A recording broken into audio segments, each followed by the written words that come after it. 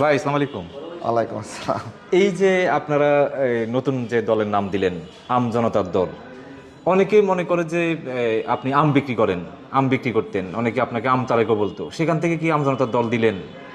এটা তো এখন তো মধু বিক্রি করি ভাই, তা তাহলে আমরা তো মধু জনতা দেই নাই। না, আসলে এই যে আম, একটু দেখেন তো, আপনি একটু দেখেন তো।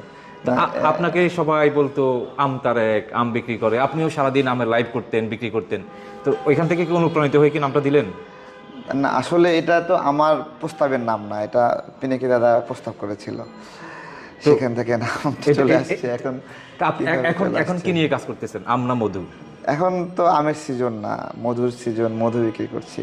তাহলে এই নামটা কি কোনো সময় পরিবর্তন হওয়ার সিস্টেমে আছে নাকি? আসলে আমরা একটা নাম চলে আসছে, নামটা বিষয় না, আমরা কিছু জিনিস নিয়ে কাজ করি, কিছু উদ্দেশ্য লক্ষ্য নিয়ে কাজ করি।